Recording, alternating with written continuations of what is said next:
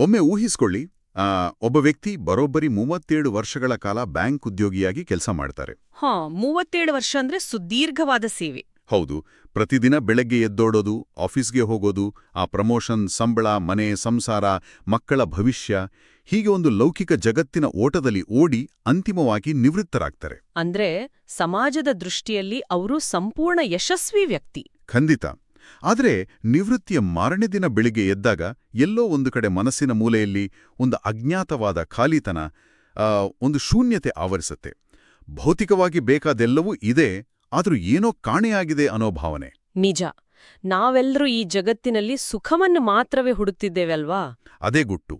ಆದರೆ ಈ ಭೌತಿಕ ಅಂದ್ರೆ ಇಹಸುಖದ ಉತ್ತುಂಗವನ್ನು ತಲುಪಿದ ಮೇಲೂ ಆ ಪರಸುಖ ಅಂದ್ರೆ ಅಂತರಂಗದ ಆಧ್ಯಾತ್ಮಿಕವಾದ ಆನಂದ ಯಾಕೆ ಮರೀಚಿಕೆಯಾಗಿಯೇ ಉಳಿಯುತ್ತೆ? ಇಂದಿನ ನಮ್ಮ ಈ ಆಳವಾದ ಜ್ಞಾನಯಾನದಲ್ಲಿ ನಾವು ಈ ನಿರ್ದಿಷ್ಟವಾದ ವಿರೋಧಾಭಾಸದ ಬಗ್ಗೆ ಅನ್ವೇಷಣೆ ಮಾಡಲಿದ್ದೇವೆ. ಇದೊಂದು ಅತ್ಯಂತ ಗಂಭೀರವಾದ ವಾಸ್ತವ. ಏನಂದ್ರೆ, ನಾವು ಭೌತಿಕ ಜಗತ್ತಿನ ನಿಯಮಗಳನ್ನ ಬಹಳ ಬೇಗ ಕಲ್ತ್ಕೊಳ್ತೇವಿ. ಕಷ್ಟಪಟ್ಟು ಓದೋದು, ಸಂಪಾದನೆ ಮಾಡೋದು, ಇವೆಲ್ಲವೂ ನಮ್ಗೆ ಕರಗತ ಆಗಿರುತ್ತೆ. ಅದನ್ನ ನಾವು ಚಿಕ್ಕ ವಯಸ್ಸಿನಿಂದಲೇ ಪ್ರಾಕ್ಟೀಸ್ ಮಾಡಿರ್ತೀವಿ. ಹೌದು. ಆದ್ರೆ ಲೌಕಿಕ ಗುರಿಗಳನ್ನೆಲ್ಲ ಮುಟ್ಟಿದ ನಂತರ ಮುಂದೇನೋ ಅನ್ನೋ ಪ್ರಶ್ನೆ ಎದುರಾದಾಗ ನಮ್ ಬಳಿ ಉತ್ತರ ಇಲ್ದೆ ಪರದಾಡ್ತೀವಿ. ಯಾಕಂದ್ರೆ ನಮ್ಗೆ ಆ ಆಂತರಿಕ ಜಗತ್ತಿನ ನಕ್ಷೆ ಗೊತ್ತಿಲ್ಲ. ನಿಖರವಾಗಿ ಆ ನಕ್ಷೆಯನ್ನು ಹುಡುಕೋ ಪ್ರಯತ್ನವೇ ಇಂದಿನ ನಮ್ಮ ಅಧ್ಯಯನ. ಈ ಬಾರಿಯ ನಮ್ಮ ಜ್ಞಾನಯಾನಕ್ಕೆ ನಾವು ಆಯ್ದುಕೊಂಡಿರುವ ಮೂಲವಸ್ತುಗಳು ಇದೇ ವಿಚಾರದ ಮೇಲೆ ಬೆಳಕು ಚೆಲ್ಲುತ್ತವೆ.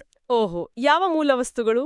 ಶಿವಮೊಗ್ಗದ ಶ್ರೀಮತಿ ವಿದ್ಯಾಭಾರತಿ ಮೆಮೋರಿಯಲ್ ಟ್ರಸ್ಟ್ ಪ್ರಕಟಿಸಿರುವ ಅಧ್ಯಾತ್ಮ ಜ್ಞಾನ ಮತ್ತು ನಾರದ ಭಕ್ತಿ ಸೂತ್ರ ಕುರಿತಾದ ಲೇಖನಗಳ ಕಂತೆ ನಮ್ಮ ಮುಂದಿದೆ. ಸಂಕೀರ್ಣವಾದ ವೇದಾಂತ ಮತ್ತು ಭಕ್ತಿ ಮಾರ್ಗವನ್ನು ಸರಳವಾಗಿ ಬಿಡಿಸಿಡುವುದು ಇದರ ಆಶಯ. ಬಹಳ ಪ್ರಸ್ತುತವಾದ ವಿಚಾರ. ಹೌದು. ಮತ್ತೆ ಈ ಲೇಖನಗಳನ್ನು ಬರೆದವರ ಹಿನ್ನೆಲೆ ನಮಗೆ ಮತ್ತಷ್ಟು ಕುತೂಹಲ ಮೂಡಿಸುತ್ತೆ. ಅವರೇ ಶ್ರೀ ಎಸ್ ವಿಜಯೇಂದ್ರ ರಾಮನಾಥ ಭಟ್ರು. ನಾನೇನು ಆರಂಭದಲ್ಲಿ ಆ 37 ವರ್ಷದ ಬ್ಯಾಂಕ್ ಉದ್ಯೋಗಿಯ ಕಥೆ ಹೇಳ್ದೇನಲ್ಲ, ಅದು ಇವರದೇ ನೈಜ ಕಥೆ. ಹೌದಾ? ಅಂದ್ರೆ ಅವರೇ ಆ ಖಾಲಿತನವನ್ನು ಅನುಭವಿಸಿ ಅದನ್ನ ಮೀರಿದವರು ಅಂತಾಯ್ತು? ಅದೇ. ಉಡುಪಿಯ ಕೋಟೇಶ್ವರದಲ್ಲಿ 1953ರಲ್ಲಿ ಜನಿಸಿದ ಇವರು ಕೆನರಾ ಬ್ಯಾಂಕ್ನಲ್ಲಿ ಸುದೀರ್ಘ ಸೇವೆ ಸಲ್ಲಿಸಿ 2013ರಲ್ಲಿ ನಿವೃತ್ತರಾದರು. ಆದರೆ ಅವರು ಆ ಖಾಲಿತನಕ್ಕೆ ಶರಣಾಗಲಿಲ್ಲ. ಮತ್ತೇನ್ ಮಾಡಿದ್ರು? ಬದಲಿಗೆ ತಮ್ಮ ಧರ್ಮಪತ್ನಿ ದಿವಂಗತ ಶ್ರೀಮತಿ ಭಾರತಿ ಭಟ್ ಅವರ ಸ್ಮರಣಾರ್ಥವಾಗಿ ಈ ಟ್ರಸ್ಟ್ ಸ್ಥಾಪನೆ ಮಾಡಿದ್ರು. ಈಗ ವಿದ್ಯಾರ್ಥಿಗಳಿಗೆ ಪುರಸ್ಕಾರ ಮತ್ತೆ ಸಮಾಜದಲ್ಲಿ ಆಧ್ಯಾತ್ಮಿಕ ಜಾಗೃತಿ ಮೂಡಿಸುವ ಮಹತ್ ಕಾರ್ಯ ಮಾಡುತ್ತಿದ್ದಾರೆ. ಜೊತೆಗೆ ಶ್ರೀ ವಿಷ್ಣು ಸಹಸ್ರನಾಮ ಕೃತಿಯ 8 ಸಂಪುಟಗಳು ಮತ್ತು ಸಂಧ್ಯಾವಂದನೆಯ ಅಂತರಂಗ ಅನ್ನೋ ಬೃಹತ್ ಕೃತಿಗಳನ್ನು ರಚಿಸಿದ್ದಾರೆ. ಇದು ನಿಜಕ್ಕೂ ಸ್ಫೂರ್ತಿದಾಯಕ. ಸರಿ, ಇದನ್ನ ಬಿಡಿಸಿ ನೋಡೋಣ. ಲೌಕಿಕ ಜೀವನದ ಯಶಸ್ಸಿನ ತುತ್ತ ತುದಿಯಲ್ಲಿದ್ರೂ ಆಧ್ಯಾತ್ಮಿಕ ಎಚ್ಚರವಿಲ್ಲದೆ ಮನುಷ್ಯನಿಗೆ ಪೂರ್ಣತೆ ಸಿಗೋದಿಲ್ಲ ಅನ್ನೋದಕ್ಕೆ ಇದಕ್ಕಿಂತ ಒಳ್ಳೆಯ ಉದಾಹರಣೆ ಬೇಕೇ? ಖಂಡಿತ ಬೇಡ. ಅವರ ಜೀವನ ಕ್ರಮವೇ ಇಲ್ಲಿ ನಾವು ಚರ್ಚೆ ಮಾಡ್ಲಿರುವ ಸಿದ್ಧಾಂತಗಳಿಗೆ ಒಂದು ಜೀವಂತ ಪ್ರಯೋಗಶಾಲೆಯಂತಿದೆ. ಈ ಲೇಖನಗಳ ಒಳಹೊಕ್ಕು ನೋಡಿದ್ರೆ ಮೊದಲನೆಯದಾಗಿ ಆಧ್ಯಾತ್ಮ ಜ್ಞಾನ ಅಂದ್ರೇನು ಅನ್ನೋದನ್ನೇ ಅವರು ಸ್ಪಷ್ಟಪಡಿಸಿದ್ದಾರೆ. ನಮ್ಮಲ್ಲಿ ಅನೇಕರು ಆಧ್ಯಾತ್ಮ ಎಂದ್ರೆ ವಯಸ್ಸಾದ ಮೇಲೆ ಮಾಡೋ ದಿನನಿತ್ಯದ ಪೂಜೆ, ಪುನಸ್ಕಾರ ಅಥವಾ ಬರೀ ದೇವಸ್ಥಾನಗಳಿಗೆ ಭೇಟಿ ನೀಡೋದು ಅನ್ಕೊಂಡಿದ್ದಾರೆ. ಹೌದು, ನಾವೆಲ್ಲ ರಿಟೈರ್ ಆದ್ಮೇಲೆ ಮಾಡೋ ಕೆಲಸ ಅಂತಲೇ ಅಂದ್ಕೊಂಡಿದ್ದೀವಿ. ಅದೇ ತಪ್ಪು ಕಲ್ಪನೆ. ಮೂಲವಸ್ತುಗಳ ಪ್ರಕಾರ ಆಧ್ಯಾತ್ಮ ಬಹಳ ವಿಸ್ತಾರವಾದದ್ದು. ಅದು ಮೂಲಭೂತ ಪ್ರಶ್ನೆಗಳನ್ನು ಕೇಳುವ ಪ್ರಕ್ರಿಯೆ. ಎಂಥ ಪ್ರಶ್ನೆಗಳು? ಪರಮಾತ್ಮ ಯಾರು? ಜೀವಾತ್ಮ ಅಂದ್ರೆ ಯಾರು? ಈ ಬೃಹತ್ ಸೃಷ್ಟಿ ಹೇಗಾಯ್ತು? ಪ್ರಳಯದ ಅರ್ಥವೇನು? ಮತ್ತು ಎಲ್ಲಕ್ಕಿಂತ ಮುಖ್ಯವಾಗಿ ಪ್ರಕೃತಿಯ ತ್ರಿಗುಣಗಳು ನಮ್ಮನ್ನು ಮತ್ತು ನಮ್ಮ ದಿನನಿತ್ಯದ ನಿರ್ಧಾರಗಳನ್ನು ಹೇಗೆ ನಿಯಂತ್ರಿಸ್ತಾ ಇವೆ ಅನ್ನೋದನ್ನು ಅರಿಯುವುದು. ಓಹೋ! ಸಂಸಾರ ಅನ್ನೋ ಈ ಚಕ್ರದ ಬಂಧನದಿಂದ ಬಿಡುಗಡೆ ಹೊಂದುವ ಮಾರ್ಗವನ್ನು ಹುಡುಕುವುದೇ ನಿಜವಾದ ಜ್ಞಾನ. ಅಲ್ಲ, ಒಂದು ನಿಮಿಷ, ನನಗೆ ಇಲ್ಲಿ ಸ್ವಲ್ಪ ಗೊಂದಲ ಆಗ್ತಿದೆ. ಅಂದ್ರೆ ನಾವು ಈ ಲೌಕಿಕ ಜೀವನವನ್ನ ಸಂಪೂರ್ಣವಾಗಿ ತ್ಯಜಿಸಿ ಸನ್ಯಾಸಿಗಳಾಗಬೇಕು ಅಂತನಾ? ನಾವು ನಮ್ಮ ಕುಟುಂಬ, ವೃತ್ತಿ, ಜವಾಬ್ದಾರಿಗಳನ್ನೆಲ್ಲ ಬಿಟ್ಟು ನೇರವಾಗಿ ಕಾಡಿಗೆ ಹೋಗಬೇಕಾ? ಖಂಡಿತ ಇಲ್ಲ. ಅಲ್ಲಿಯೇ ನಮ್ಮ ಪ್ರಾಚೀನರು ಬಹಳ ಅದ್ಭುತವಾದ ಒಂದು ವಿನ್ಯಾಸವನ್ನ ಮಾಡಿದ್ದಾರೆ. ಲೇಖನಗಳಲ್ಲಿ ಮನುಷ್ಯನ ಜೀವನದ 4 ಮಜಲುಗಳ ಬಗ್ಗೆ ಪ್ರಸ್ತಾಪಿಸಲಾಗಿದೆ: ಬ್ರಹ್ಮಚರ್ಯ, ಗೃಹಸ್ಥ, ವಾನಪ್ರಸ್ಥ ಮತ್ತು ಸನ್ಯಾಸ. ಇವುಗಳ ಬಗ್ಗೆ ಕೇಳಿದ್ದೀನಿ. ಇದನ್ನ ನಾವು ವಿಶಾಲ ದೃಷ್ಟಿಕೋನಕ್ಕೆ ಜೋಡಿಸಿ ನೋಡಿದ್ರೆ ಇದು ಮನುಷ್ಯನಿಗೆ ಬರ್ನೌಟ್ ಆಗದಂತೆ ತಡೆಯುವ ಒಂದು ಮಾನಸಿಕ ಮತ್ತು ಸಾಮಾಜಿಕ ಚೌಕಟ್ಟು ಅನ್ನೋದು ಅರ್ಥ ಆಗುತ್ತೆ. ಬರ್ನ್ಔಟ್ ತಡೆಯುವ ಚೌಕಟ್ಟು ಇದು ಇಂಟ್ರೆಸ್ಟಿಂಗ್ ಆಗಿದೆ. ಹೇಗೆ? ನೋಡಿ, ಬ್ರಹ್ಮಚರ್ಯ ಅಂದ್ರೆ ಜ್ಞಾನಾರ್ಜನೆ ಹಂತ, ಕೇವಲ ಕಲಿಯೋದು. ಗೃಹಸ್ಥಾಶ್ರಮ ಅಂದ್ರೆ ಧರ್ಮಯುಕ್ತವಾಗಿ ಸಂಪಾದನೆ ಮಾಡೋದು, ಕುಟುಂಬವನ್ನ ಕಟ್ಟುದು ಮತ್ತು ನಮ್ಮ ಕಾಮನೆಗಳನ್ನ ಪೂರೈಸಿಕೊಳ್ಳೋದು. ಅಂದ್ರೆ ಭೌತಿಕ ಜಗತ್ತಿನ ಪೂರ್ಣ ಅನುಭವ ಪಡೆಯಲು ಇಲ್ಲಿ ಅವಕಾಶ ಇದೆ. ಹೌದು. ಆದ್ರೆ ಅಲ್ಲಿಗೆ ನಿಂತು ಬಿಡಬಾರ್ದು. ನಂತರ ವಾನಪ್ರಸ್ಥ ಬರುತ್ತೆ. ಅಂದ್ರೆ ಲೌಕಿಕ ಜವಾಬ್ದಾರಿಗಳಿಂದ ನಿಧಾನವಾಗಿ ಮಾನಸಿಕವಾಗಿ ಹಿಂದೆ ಸರಿದು ಆಧ್ಯಾತ್ಮಿಕ ಚಿಂತನೆಯಲ್ಲಿ ತೊಡಗಿಕೊಳ್ಳೋದು. ಕೊನೆಯದಾಗಿ ಸನ್ಯಾಸ ಅಂದ್ರೆ ಸಂಪೂರ್ಣ ಸಂತೃಪ್ತಿ ಮತ್ತು ಅನಾಸಕ್ತಿ. ಅಂದ್ರೆ ಇದು ಒಂದ್ ರೀತಿಯ ಗ್ರಾಜ್ಯುಯೇಷನ್ ಇದ್ದ ಹಾಗೆ. ನಿಖರವಾಗಿ.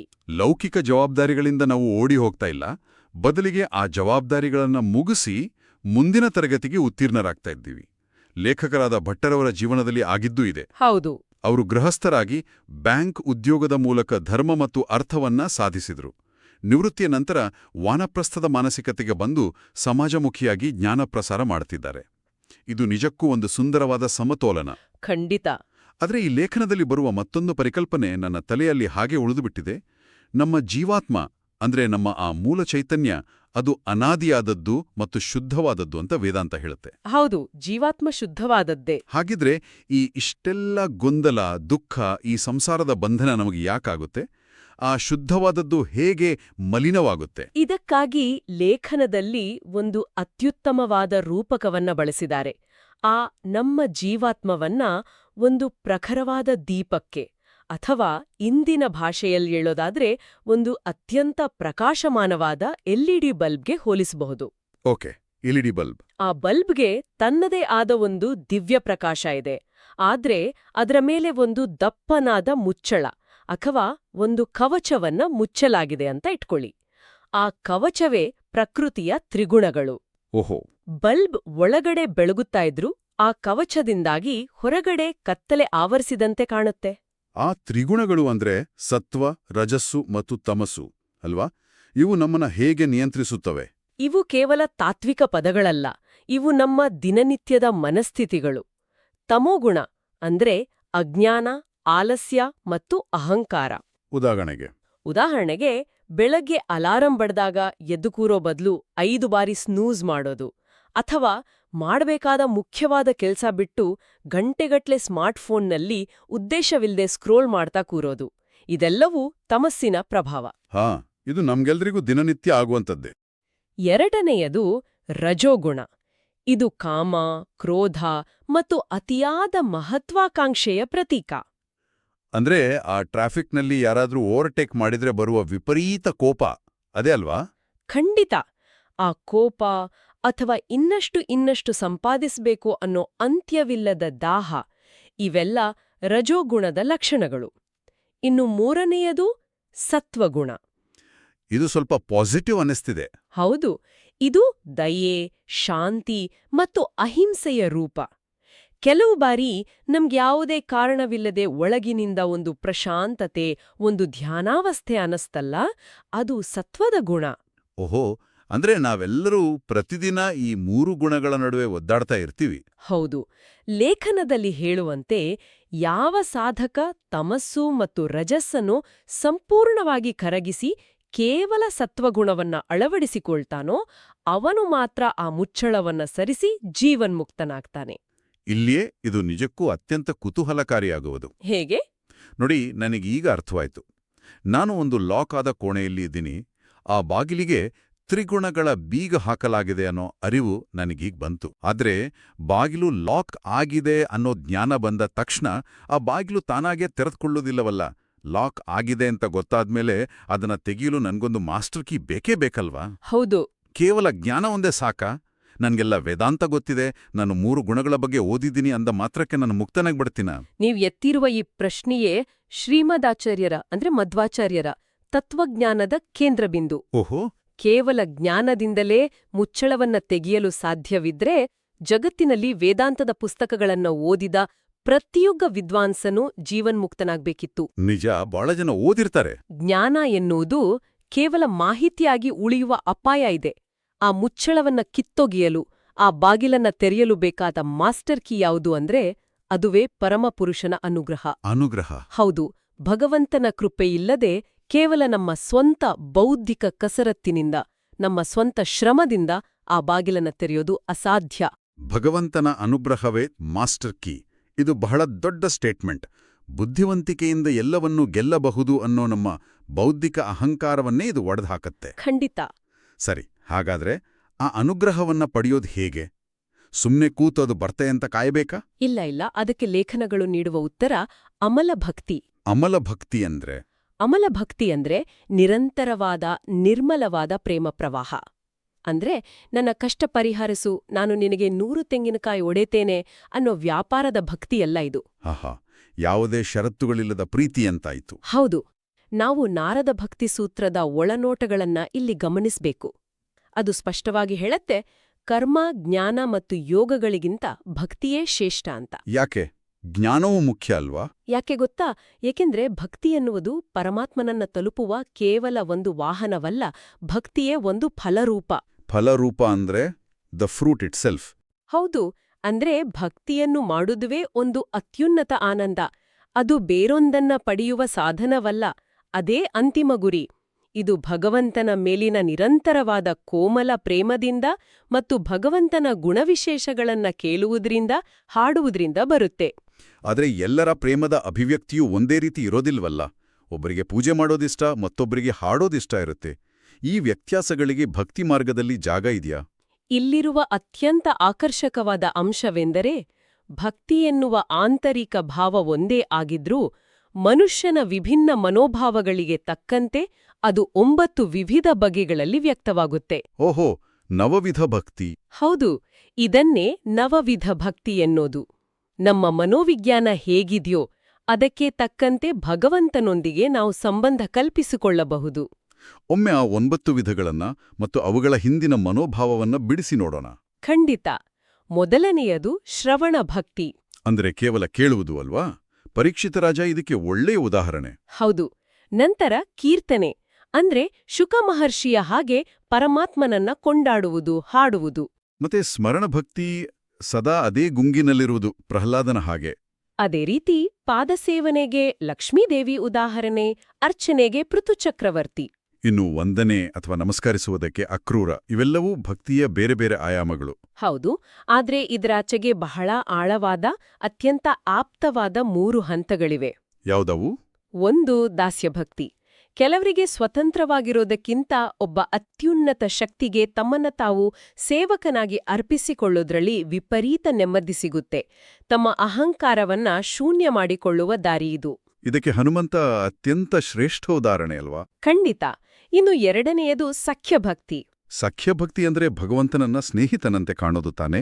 ಅರ್ಜುನ ಇದಕ್ಕೆ ಸಾಕ್ಷಿ. ಇದು ನನಗೆ ಬಹಳ ಆಪ್ತ ಅನ್ಸುತ್ತೆ. ಹೌದಾ? ಯಾಕೆ? ಕೆಲವರಿಗೆ ಭಗವಂತನನ್ನ ಒಬ್ಬ ಕಟ್ಟುನಿಟ್ಟಾದ ಯಜಮಾನನಂತೆ ನೋಡಲು ಇಷ್ಟ ಇರೋದಿಲ್ಲ. ಅವರು ತಪ್ಪು ಮಾಡಿದಾಗ ಬೈಯುವ, ಆದ್ರೆ ಕಷ್ಟ ಬಂದಾಗ ಹೆಗಲು ಕೊಡುವ ಒಬ್ಬ ಆಪ್ತ ಮಿತ್ರನನ್ನಾಗಿ ಕಾಣಲು ಬಯಸ್ತಾರೆ.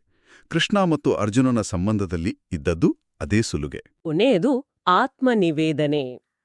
ಆತ್ಮನಿವೇದನೆ ಅಂದ್ರೆ ಸಂಪೂರ್ಣವಾಗಿ ಶರಣಾಗೋದಾ? ಹೌದು. ತನ್ನದೆನ್ನುವ ಸರ್ವಸ್ವವನ್ನು, ತನ್ನ ಅಸ್ತಿತ್ವವನ್ನು ಭಗವಂತನಿಗೆ ಸಂಪೂರ್ಣವಾಗಿ ಒಪ್ಪಿಸಿಬಿಡುವುದು. ಬಲಿಚಕ್ರವರ್ತಿ ಈ ಮಟ್ಟದ ಭಕ್ತಿಗೆ ಉದಾಹರಣೆ. ಓಹೋ. ಈ 9 ವಿಧಗಳು ಭಗವಂತನ ಅನುಗ್ರಹ ಎಂಬ ಮಾಸ್ಟರ್ ಕೀ ಪಡೆಯಲಿರುವ ಹೆದ್ದಾರಿಗಳಿದ್ದಂತೆ. ನಮ್ಮ ಸ್ವಭಾವಕ್ಕೆ ಸರಿಹೊಂದುವ ಮಾರ್ಗವನ್ನ ನಾವು ಆರಿಸಿಕೊಳ್ಳಬಹುದು. ಇದೆಲ್ಲ ಕೇಳಲು ಬಹಳ ಸುಂದರವಾಗಿದೆ. ಆದರೆ ಲೇಖನದಲ್ಲಿ ಒಂದು ವಾಸ್ತವದ ಅರಿವನ್ನು ಮೂಡಿಸಿದ್ದಾರೆ ಅಂತ ಓದಿದೆ. ಯಾವ ವಾಸ್ತವ? ಈ ಅಮಲಭಕ್ತಿ ನಮ್ಮಲ್ಲಿ ತಾನಾಗೇ ಹುಟ್ಕೊಳ್ಳೋದಿಲ್ಲ ಅಂತ. ಅದಕ್ಕೆ ಮಹಾತ್ಮರ ಸತ್ಸಂಗ ಅಂದ್ರೆ ಸಜ್ಜನರ ಸಹವಾಸ ಅತ್ಯಗತ್ಯ. ಅವರ ಕೃಪೆಯಿಂದ ಅಥವಾ ಭಗವತ್ ಕೃಪೆಯಿಂದ ಮಾತ್ರ ಭಕ್ತಿ ಲಭಿಸುತ್ತೆ. ಹೌದು, ಅದು ನಿಜ. ಆದರೆ ಲೇಖನದಲ್ಲಿಯೇ ಒಂದು ಎಚ್ಚರಿಕೆಯ ಮಾತಿದೆ. ಇಂದಿನ ಕಾಲದಲ್ಲಿ ಮಹಾತ್ಮರ ಸಂಘವೇ ಅತ್ಯಂತ ದುರ್ಲಭ ಅಂತ. ಅದು 100ಕ್ಕೆ 100 ಸತ್ಯ. ಹಾಗಾದ್ರೆ ಇದೆಲ್ಲದರ ಅರ್ಥವೇನು? ನಾವಿರುವ ಇಂದಿನ ಜಗತ್ತನ್ನು ಒಮ್ಮೆ ನೋಡಿ. ಬಿಡುವಿಲ್ಲದ ಓಟ, ಟ್ರಾಫಿಕ್ ಜಾಮ್, ಕಚೇರಿಯಲ್ಲಿನ ಒತ್ತಡ ಮತ್ತು ಎಲ್ಲಕ್ಕಿಂತ ಮಿಗಿಲಾಗಿ ನಮ್ಮ ಕೈಯಲ್ಲಿರುವ ಮೊಬೈಲ್ನಿಂದ ಬರುವ ಮಾಹಿತಿಯ ಮಹಾಪೂರ. ಹೌದು, ಇನ್ಫಾರ್ಮೇಷನ್ ಓವರ್ಲೋಡ್. ಈ ಗದ್ದಲದಲ್ಲಿ ಮಹಾತ್ಮರು ಎಲ್ಲಿದ್ದಾರೆ ಅಂತ ಹುಡುಕೋದು, ನಾವೆಲ್ಲರೂ ಕೆಲಸ ಬಿಟ್ಟು ಹಿಮಾಲಯಕ್ಕೆ ಹೋಗಲು ಸಾಧ್ಯವಿಲ್ಲವಲ್ಲ. ಇದು ಒಂದು ಪ್ರಮುಖ ಪ್ರಶ್ನೆಯನ್ನ ಹುಟ್ಟುಹಾಕುತ್ತೆ. ನಮ್ಮ ಪ್ರಾಚೀನ ಸಂಪ್ರದಾಯದ ಮೌಲ್ಯಗಳನ್ನ, ಈ ಜ್ಞಾನವನ್ನ ಮುಂದಿನ ಪೀಳಿಗೆಗೆ ಈ ಗದ್ದಲದ ನಡುವೆಯೂ ಹೇಗೆ ದಾಟಿಸುವುದು? ಅದೇ ನನ್ನ ಪ್ರಶ್ನೆಯೂ ಕೂಡ. ಇಲ್ಲಿಯೇ ನಾವು ಇಂದಿನ ಜ್ಞಾನಯಾನದ ಮೂಲ ಲೇಖಕರಾದ ಭಟ್ಟರವರ ಕೆಲಸವನ್ನ ಮೆಚ್ಚಬೇಕು. ಅವರು ತಂತ್ರಜ್ಞಾನವನ್ನ ಕೇವಲ ಮನರಂಜನೆಗೆ ಬಳಸದೆ ಡಿಜಿಟಲ್ ಲೇಖನಗಳು, ವೆಬ್ಸೈಟ್ಗಳು ಮತ್ತು ಪಿಡಿಎಫ್ಗಳ ಮೂಲಕ ಈ ಪುರಾತನ ಜ್ಞಾನವನ್ನ ಜನಸಾಮಾನ್ಯರ ಮನೆ ಬಾಗಿಲಿಗೆ ತಲುಪಿಸ್ತಾ ಇದ್ದಾರೆ. ಆಹಾ. ಇದುವೇ ಇಂದಿನ ಕಾಲದ ಡಿಜಿಟಲ್ ಸತ್ಸಂಗ. ಡಿಜಿಟಲ್ ಸತ್ಸಂಗ ಇದೊಂದು ಅತ್ಯದ್ಭುತವಾದ ಪರಿಕಲ್ಪನೆ. ನಾವು ಪ್ರತಿದಿನ ಸ್ಮಾರ್ಟ್ಫೋನ್ನಲ್ಲಿ ಎಷ್ಟೋ ಅನುಪಯುಕ್ತ ವಿಚಾರಗಳಿಗೆ ನಮ್ಮ ಸಮಯ ಕೊಡ್ತೀವಿ. ಅದರ ಬದಲಿಗೆ ಆನ್ಲೈನ್ನಲ್ಲಿ ಇಂತಹ ಜ್ಞಾನಪೂರ್ಣ ಲೇಖನಗಳನ್ನು ಓದುವುದು, ಅರ್ಥೈಸಿಕೊಳ್ಳುವುದೇ ಇಂದಿನ ದಿನಗಳಲ್ಲಿ ನಾವು ಮಾಡಬಹುದಾದ ಅತ್ಯುತ್ತಮ ಸತ್ಸಂಗ. ಖಂಡಿತ. ಭಟ್ಟರವರ ಈ ಕಾರ್ಯ ಭಕ್ತಿಯುಕ್ತ ಕರ್ಮಯೋಗ ಮತ್ತು ಜ್ಞಾನಯೋಗಗಳೆರಡಕ್ಕೂ ಕನ್ನಡಿಯಾಗಿದೆ. ಹೇಗೆ ಅಂತ ವಿವರಿಸ್ತೀರಾ? ನೋಡಿ, ತಾವು ಕಲಿತದ್ದನ್ನ ಯಾವುದೇ ಫಲಾಪೇಕ್ಷೆಯಿಲ್ಲದೆ ನಿಸ್ವಾರ್ಥದಿಂದ ಡಿಜಿಟಲ್ ಮಾಧ್ಯಮದ ಮೂಲಕ ಹಂಚುತ್ತಿರುವುದು ಅವರ ಕರ್ಮಯೋಗ. ಆ ಮೂಲಕ ಸಮಾಜದ ಓದುಗರ ಅಂತರಂಗದಲ್ಲಿ ಜಾಗೃತಿ ಮೂಡಿಸುತ್ತಿರುವುದು ಅವರ ಜ್ಞಾನಯೋಗ. ಅಂದ್ರೆ ತಂತ್ರಜ್ಞಾನವೂ ಕೂಡ ಭಗವಂತನ ಅನುಗ್ರಹಕ್ಕೆ ಒಂದು ಮಾಧ್ಯಮವಾಗಬಲ್ಲದು ಅನ್ನೋದಕ್ಕೆ ಇದು ಸಾಕ್ಷಿ. ನಿಖರವಾಗಿ. ಎಂತಹ ಸುಂದರವಾದ ಸಮನ್ವಯ! ಲೌಕಿಕ ಯಶಸ್ಸಿನ ಹಿಂದಿರುವ ಶೂನ್ಯತೆಯಿಂದ ಆರಂಭಿಸಿ ನಮ್ಮ ದಿವ್ಯ ಪ್ರಕಾಶವನ್ನು ಮುಚ್ಚಿರುವ ತ್ರಿಗುಣಗಳ ಮುಚ್ಚಳವನ್ನ ಅರ್ಥಮಾಡಿಕೊಂಡೆವು. ಹೌದು. ಆಮೇಲೆ ಕೇವಲ ಬೌದ್ಧಿಕ ಜ್ಞಾನದಿಂದ ಆ ಬೀಗ ತೆರೆಯಲಾಗದು. ಅದಕ್ಕೆ ಭಗವಂತನ ಅನುಗ್ರಹ ಎಂಬ ಮಾಸ್ಟರ್ ಕೀ ಬೇಕು ಅನ್ನೋದನ್ನ ಅರಿತೆವು. ಆ ಅನುಗ್ರಹಕ್ಕಾಗಿ ಅಮಲಭಕ್ತಿಯ ನವವಿಧ ಮಾರ್ಗಗಳನ್ನ ಮತ್ತು ಆಧುನಿಕ ಜಗತ್ತಿನಲ್ಲಿ ಆ ಭಕ್ತಿಯನ್ನ ಪ್ರೇರೇಪಿಸುವ ಡಿಜಿಟಲ್ ಸತ್ಸಂಗದ ಬಗ್ಗೆನೂ ಆಳವಾಗಿ ಚರ್ಚೆ ಮಾಡಿದೆವು. ಹೌದು, ಇದು ಬಹಳ ಉಪಯುಕ್ತವಾದ ಸಂವಾದ. ಈ ಸಂಚಿಕೆಯನ್ನ ಕ್ಷಮಿಸಿ, ಈ ಆಳವಾದ ಅಧ್ಯಯನವನ್ನ ಮುಕ್ತಾಯಗೊಳಿಸುವ ಮುನ್ನ ಒಂದು ಹೊಸ ಚಿಂತನೆಯನ್ನ ಬಿಟ್ಟೋಗುವ ಸಮಯ. ಖಂಡಿತ. ಕೇಳೋಣ. ಅಮಲಭಕ್ತಿಯನ್ನ ಲೇಖನಗಳು ಭಗವಂತನ ಮೇಲಿನ ನಿರಂತರವಾದ ಪ್ರೇಮ ಮತ್ತು ಗಮನದ ಹರಿವು ಅಂತ ವ್ಯಾಖ್ಯಾನಿಸಿವೆ. ಇಂದಿನ ಆಧುನಿಕ ಜಗತ್ತಿನಲ್ಲಿ ನಮ್ಮ ಗಮನ ಅಂದ್ರೆ ಅಟೆನ್ಷನ್ ಅನ್ನೋದು ಅತ್ಯಂತ ಬೆಲೆಬಾಳುವ ಕರೆನ್ಸಿಯಾಗಿದೆ. ಹೌದು. ಟೆಕ್ ಕಂಪನಿಗಳೆಲ್ಲ ಇದಕ್ಕೆ ಅಲ್ವಾ ಕಾಯ್ತಾ ಇರೋದು? ನಿಜ. ಟೆಕ್ ಕಂಪನಿಗಳು ನಮ್ಮ ಗಮನದ ಒಂದೊಂದು ಸೆಕೆಂಡನ್ನು ಕಸಿದುಕೊಳ್ಳಲು ಕೋಟ್ಯಾಂತರ ರೂಪಾಯಿ ಖರ್ಚು ಮಾಡ್ತಾ ಇವೆ. ನಮ್ಮ ಗಮನ ಸದಾ ಸ್ಮಾರ್ಟ್ಫೋನ್ಗಳ ನೋಟಿಫಿಕೇಷನ್ಗಳ ಮೂಲಕ ಹರಿದು ಚೆದುರಿ ಹಂಚೋಗ್ತಾ ಇದೆ. ಹೌದು. ನಾವು ಫೋಕಸ್ ಮಾಡೋದೇ ಮರ್ತೋಗಿದ್ದೀವಿ. ಹಾಗಾದ್ರೆ ನಾವು ನಮ್ಮ ಈ ದಿನನಿತ್ಯದ ಚೆದುರಿ ಹೋಗುವ ಗಮನವನ್ನ ಮರಳಿ ಪಡೆದು ಅದನ್ನ ಒಂದು ಅಡೆತಡೆಯಿಲ್ಲದ ಪ್ರೇಮದ ಪ್ರವಾಹವಾಗಿ, ಆಧುನಿಕ ಭಕ್ತಿಯ ರೂಪವಾಗಿ ಹೇಗೆ ಪರಿವರ್ತಿಸಬಹುದು? ನಮ್ಮೆಲ್ಲ ಗೊಂದಲಗಳ ನಡುವೆಯೂ ನಾವು ಕಾಯ್ದುಕೊಳ್ಳುವ ಏಕಾಗ್ರತೆಯೇ ಭಗವಂತನಿಗೆ ನಾವು ನೀಡಬಹುದಾದ ಅತ್ಯುತ್ತಮ ಕಾಣಿಕೆಯಾಗಬಲ್ಲದೆ? ಇದು ಪ್ರತಿಯೊಬ್ಬರೂ ತಮ್ಮನ್ನ ತಾವು ಕೇಳಿಕೊಳ್ಳಬೇಕಾದ ಆಳವಾದ ಪ್ರಶ್ನೆ. ಹೌದು. ಲೌಕಿಕ ಗದ್ದಲಗಳ ನಡುವೆ ನಮ್ಮ ಗಮನ ಎಲ್ಲಿದೆ ಅನ್ನೋದನ್ನ ಪ್ರಶ್ನಿಸಿಕೊಳ್ಳುತ್ತಾ ಇಂದಿನ ನಮ್ಮ ಈ ಆಳವಾದ ಅಧ್ಯಯನಕ್ಕೆ ವಿರಾಮ ಹೇಳೋಣ. ನಾಳೆಯೇ ಆ ಡಿಜಿಟಲ್ ಸತ್ಸಂಗದಲ್ಲಿ ಭಾಗಿಯಾಗಿ. ನಮಸ್ಕಾರ.